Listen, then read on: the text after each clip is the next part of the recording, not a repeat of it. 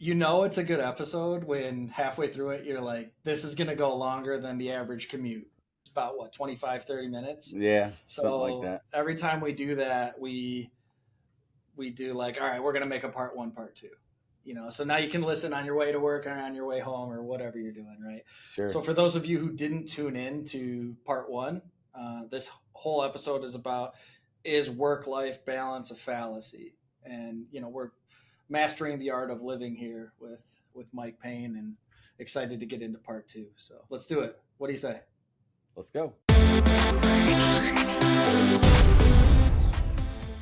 Here's another example just from my own life. We take our product leaders and our regional sales directors to like an offsite sales summit every year in Cozumel, and we bring their wives and some of them bring their kids, and we do 3 days where we meet from like 7:30 to noon, and they're like our big strategic planning for the upcoming year.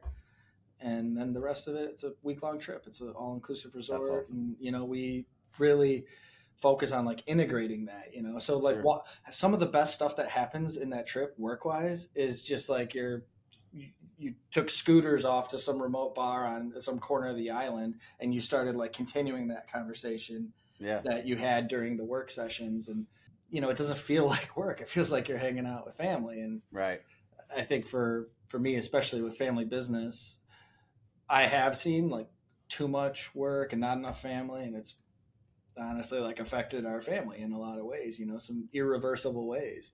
And so we're always like really cautious about that. Like you can't just be like, we're just integrating this, this is how I live. Because there's a lot of people who don't really care in the family, like my 9-year-old who thinks work is cool, but she doesn't want to hear about it all the time necessarily. Right. So I do think the word that we should be targeting is integration, and do as much integration as possible instead of thinking of it as like some zero-sum game. Yeah, I think it's, talk about integration. So even as we often road trip our vacations, but even if we're flying, I queue up podcasts. I think we've talked about before. Kind of my intro to this industry was, and learning a lot about it was through this podcast. Yeah. And a lot of that was on 12-hour road trips, queuing up 20 episodes and listening to them for a drive, or listening to some of Paul Van Meter or Tony Gunn, or, go down the list. Right. And that windshield time, or even a 3-hour flight, whatever that is, just, making the most of that. And there's a lady that used to work for me at a previous company. She used to kind of joke like, oh no, Mike's going on a trip, because there would be a laundry list of ideas and so forth that have popped in my head as I'm driving down a highway and listening to things. And I'm sending back to-do lists and ideas to my team. Yeah. And I can relate to that. They always say like, oh, the Goellners read a book. That's what they are. The Goellners read a book. Exactly. Yeah, we've got a whole new task list because Mike went on vacation. That's hilarious. But some of the best things I've done in my career have come from those trips. So again, it's a work-life balance thing for me, right? It's an integration, as you put it. It is an opportunity to step away, take a break, but you can also still make it super productive. Some people would tell you, no, you need to shut down. You don't need to listen to those things, and they're probably not wrong either. Yeah, we should have had Jason on here to argue for that side of it, because that's right. That's how he rolls. Yeah, I know he does read books like on his trips, But and I admire people that can totally shut down. Me too, man. I do. I they should give me the secret sauce. I had a manager working for me at one point that literally could shut down daily. If they weren't here, if they weren't in the building, they weren't working. Their brain was not on work, and I admire that to a large degree. It's just not for all jobs. There's some jobs where you can do that. Some jobs you can't. And I'm not saying you got to be like on call like a surgeon, where you can't Sure. really commit to doing anything but work. But yeah, I do think there's certain jobs, there's certain roles where it's easier to switch off and be like, hey, I'm clocked out. Leave me alone. Again, I think a lot of people listen to this are in a leadership position, and they're Mm-hmm. not that role. I mean, there's certainly a lot of guys that work for me that when they clock out and they leave the building, they shut down and Mm-hmm. they're not gonna respond, and that's okay. I don't I don't blame them for that. Yeah. About a year ago or so, we had an instance on a weekend, maybe even been a holiday weekend, where one of my managers sent out a text to the entire shop on a Saturday morning. I think it was about something we had asked them to do before they left for the holiday weekend that just didn't happen. Probably had something to do with, kind of clean up, wipe down your machines, just get it ready for a long break, Mm-hmm. right? And it didn't happen. And one of the operators responded like, "Oh, what a," kind of to the massive group message, pretty aggressively, like, "Oh, what a great way to spend my weekend, getting a message about this from you," right? And it started a little bit of a, group messaging Like a little storm, debate. Yeah. right? And I brought that operator in on that next day, and I said, "Hey, what?" The next day we were back. I said, "What was all that about?" And he says, "Well, I just think that was crap. That it's a holiday weekend. We're getting a message about that."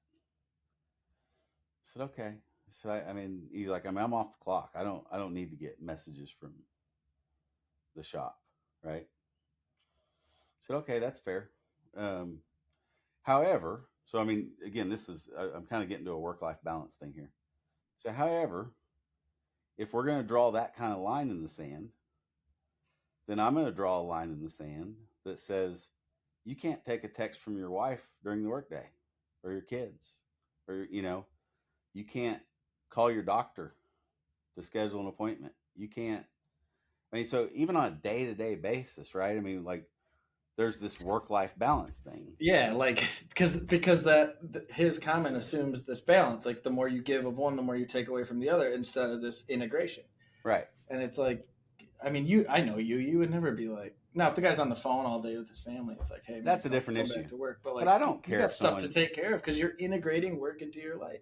yeah, I mean, if you're standing there at machine, you're in cycle time, and you need to answer, you need to send your wife a text about something, or answer a phone call from your doctor. I don't And care. it I wasn't mean, like, hey, get in the office and clean your machine. right? It was like, you didn't do this, so when we get back, we need to do it. That was the message. I don't Yeah, remember exactly what it was, but it was yeah, yeah, basically yeah. that premise. And he took a great deal of offense to that. And you know, when I explained to him where I kind of took offense to his response to it, um, yeah, I mean, he did understand, and he's like, "Okay, that's fair. You do give us that work life balance during the day to handle some of our personal business while we're on the clock.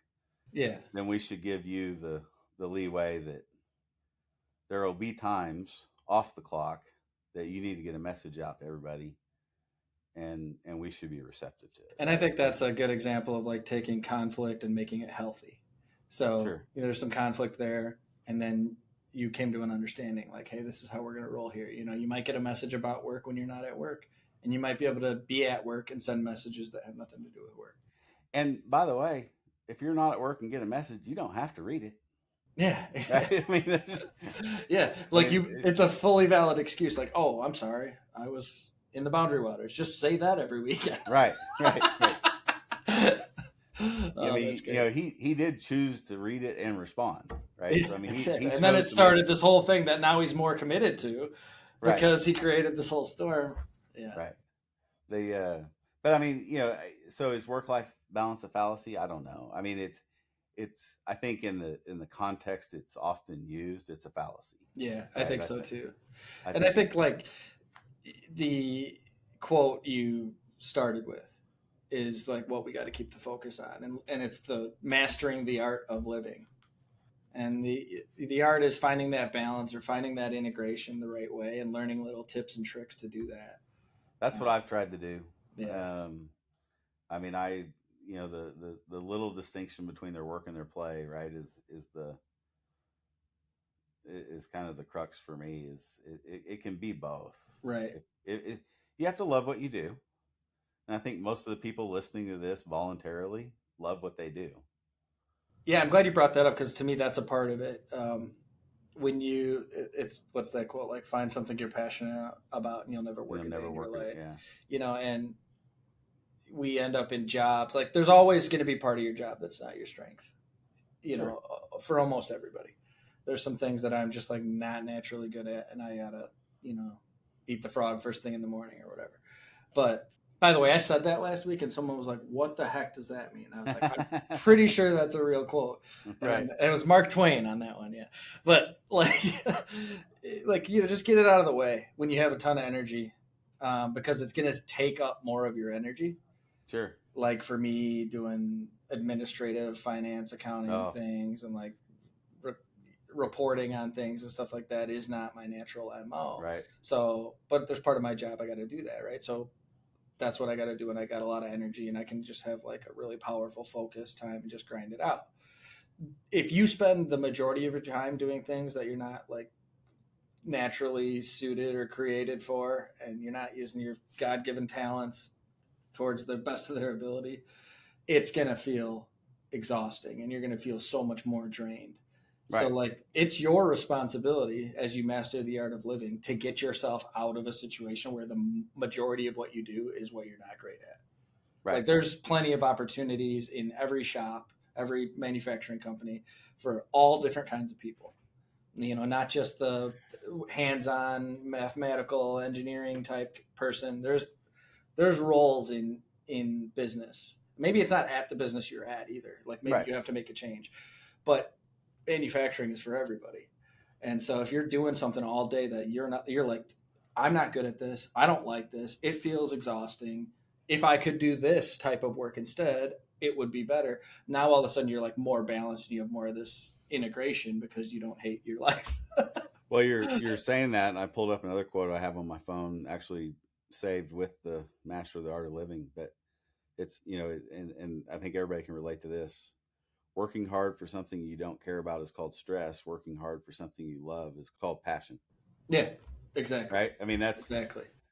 and I guess that's what we're talking about. I mean, that's like kind of that true definition of the integration, right? I mean, Mm-hmm. I love what I do, so the working hard for it, I don't realize I work 60 to 70 hours a week. I don't. Yeah, it It doesn't doesn't feel like even that. Exactly. if if I'm and I think I do. I mean, most sure if I did my regular if I just added up my regular hours, it's somewhere between 60 and 70 hours a week. It, I don't know it. I don't Yeah. care. Yeah. Um, Exactly.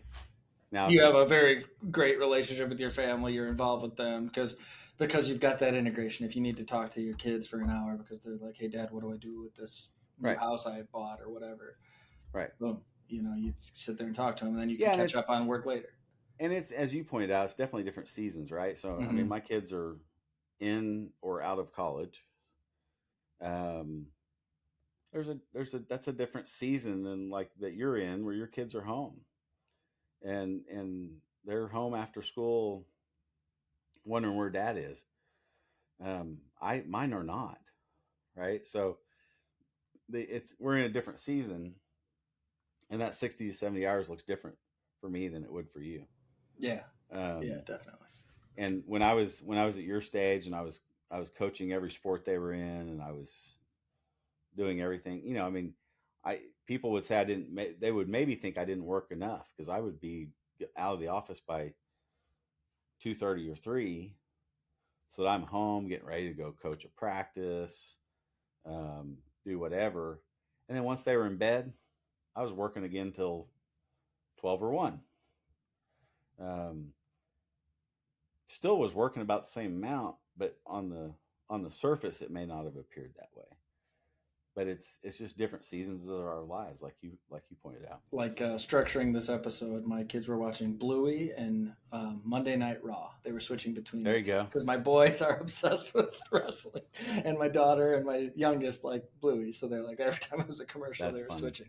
Well, I don't really like either of those. So I was sitting there typing up like some of the structure for this show and Sure. working back and forth on that, and But you were it with didn't them. feel like work. Right. Yeah, I was hanging out with them. You know, Right. it was easy. Or another thing I do just to help my wife have more integration between, you know, she's working 24/7. Right. And so I'll be like, hey, I got like 2 hours around lunchtime where I can just do computer work. Why don't you bring the kids in with some colors? You know, and they'll just sit there and color. Like I'll print off the office printer like a bunch of cartoons, Mario cartoons, coloring book pages or whatever, and they'll just sit there and color them. Yeah. As you can see by where's my wall here? Hang on, look at the camera. See? Yeah, that's all that. So just things like that you can be creative and learn. You're learning tricks. Like sometimes you need to give other people in your family a break, so Sure. that when you come home, it's not like, oh my gosh, I'm totally drained. Now you got to do everything, right? You got to like kind of manage the energy of the entire team, and so you got to learn tricks. And one trick for this work-life integration that I don't do a good enough job of, and I, like you said it yesterday, and I was just like, yeah, I really need to do that, is like bookending your time away. Like, let's say you're going to take a vacation next week. What are you going to do with your calendar, Mike? Yeah, so I'm leaving. So when I do it, I leave at minimum the day before and day after completely open, because I do want to. When I leave, I want to have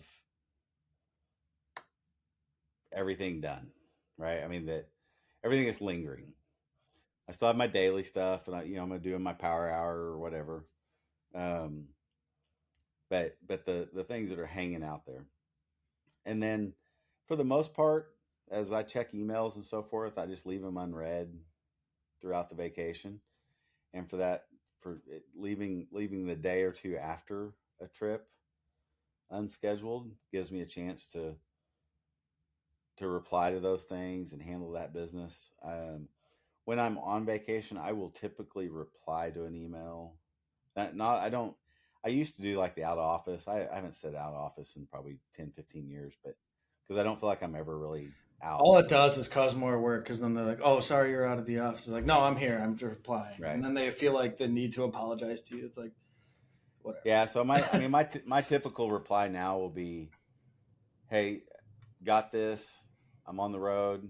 I can respond to this on Tuesday. If it's more urgent than that, let me know. Mm-hmm. And because if it is, I'll take care of it.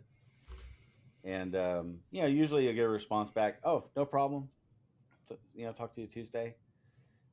So yeah, I mean, I do bookend by trying to keep my schedule fairly open. I think it's awesome because so many people say like I don't take vacations because I get punished for that.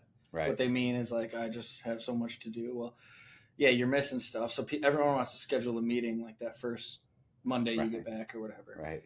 And so really you need that time to like make sure you don't feel punished. Set all those meetings for Tuesday, have Monday maybe one or two key meetings, and then just time to like catch up on all the stuff you missed and really set the path for like getting back into it, reintegrating back into the work. Yeah, if I look right now, I've got 17 emails unread from being out, 2.5 office days basically. Mm-hmm. But I'll clear those out today. I'll get back to everybody. I'll get the answers. I'll get the all that stuff done, and you'll get back to us about if you're going to make it to the manufacturing happy hour event. Yeah, I'll that we're doing at the MakingChips headquarters in Rockford. Let's go. That is one of them. Yeah. I've asked you like 6 times in 2 days. But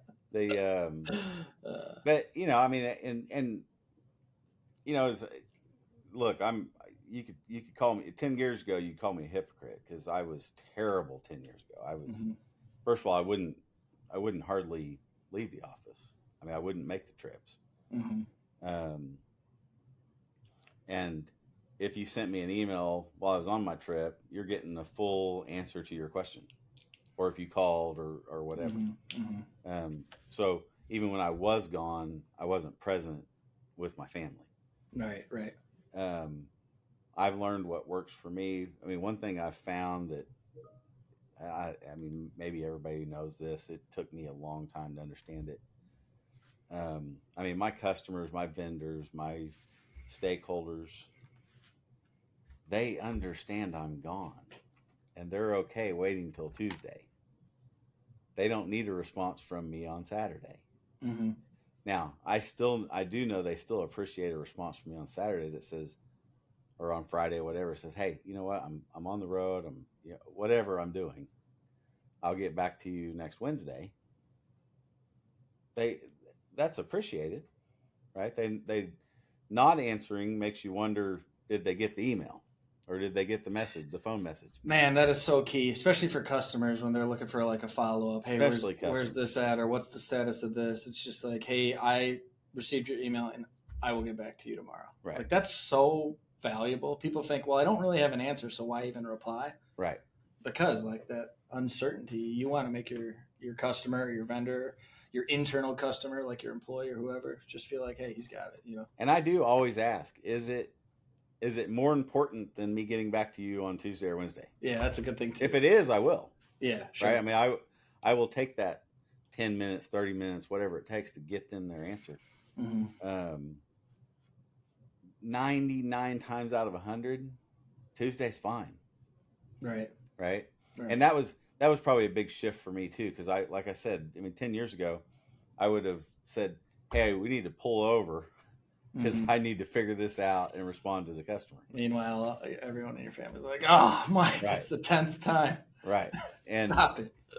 And somewhere in there, when I figured out that they understand, they're okay with it. I mean, that again kind of helps you. So if you struggle with working too much, you need to understand that most of the people you're worried about satisfying understand, right? And they want you to have that. Yeah. If you're struggling with not working enough, I don't know how many people really struggle with that, but you do need to probably not people who listen to this podcast. Probably not very many people listen to this, but you do need to just find that integration, as you put it. Find that what does the master and the art of living mean to you, where you can just find that balance, that integration, that keeps you satisfied. Part of it is keeping yourself satisfied that you're taking care of everything you need to take care of. I think that's probably what most of us struggle with. Just understanding that others are accepting of that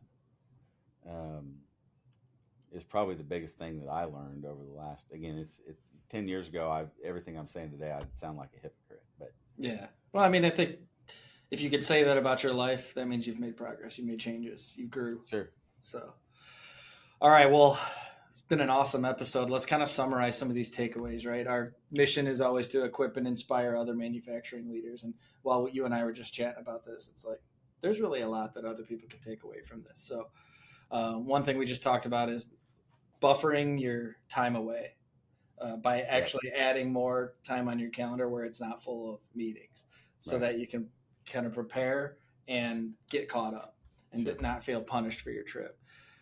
We talked about the power hour. Like if you have some really critical things that you got to take care of, just confine it to like a good hour where you can check those boxes and clear that out of your mind, and then just be present for your time away. We talked about like doing what you're naturally passionate about and what you're naturally good at, so it doesn't feel like such a grind. It doesn't feel so draining. Instead of an hour draining 30% of the energy you had in the day, it feels like it actually gave you energy and gave you life and made you want to keep going. And that's why you can work 60, 70 hours a week and not even feel it, not even notice it. We talked about just the fallacy in general. Integration's a better word for it than balance. And then another takeaway is, and one that I really like, is curating a bunch of content and like collecting what you want to absorb, what you want to learn, what you want to bring back during your travel. Books. Exactly. I hate when I get on the plane right before I lose internet connection and I forgot to download the stuff, from Spotify or whatever. It's like, oh crap, like I was going to use these 3 hours to do this, and now I have no internet connection, Right. and I'm watching a movie or something. Right. So yeah, I think those are all really good takeaways for the episode. I guess what we would ask is if there's something you want to add. I'm talking to the audience here. Like, if there's something you want to add to this that helps with your work-life integration, please let us know. Email us at info@makingchips.com. You can find us on LinkedIn. We're pretty active there as well. If you're listening on Apple iTunes or Spotify or whatever podcatcher you're listening on, you can rate and review the episode. But most importantly, refer it. We want you to share it to somebody that you think it's going to impact, and someone who needs to hear it. Maybe you're a workaholic friend who says they can never take a vacation. Right. needs to hear this episode. And then the last thing we want to promote, like I brought it up earlier, we're doing this big party with Chris Lukey from Manufacturing Happy Hour, August 15th. It's a Thursday night. If you're anywhere local to the Chicagoland area, we're actually doing it in Rockford at the Making Chips headquarters. You'll be able to see the studio. You'll be able to see our boring bar, which is an actual full bar. I'm having my in-laws own like a really nice restaurant in Rockford. I'm having them come out, provide bartenders. We're gonna have a tent. We're gonna have live music. We got bourbon. There will be some bourbon. Good. Yeah, I will have a lock on my secret cabinet there for only special people, so people don't steal all the Blantons that I got. But but yeah, no, come and join us and have a drink at the boring bar. And speaking of work-life integration, having a big manufacturing party, I guess that's networking if you want to call it that. Sure. But really, it's just hanging out with a bunch of like-minded people who make chips, and that's what we're going to be doing. I'm really excited about it. And then the following day, we're going to record something pretty special with a couple manufacturing leaders that I'm super pumped to release. So yeah, again, you'll start to see stuff getting shared on LinkedIn to promote this event on August 15th, but really, really pumped about it. So it'll be a good time.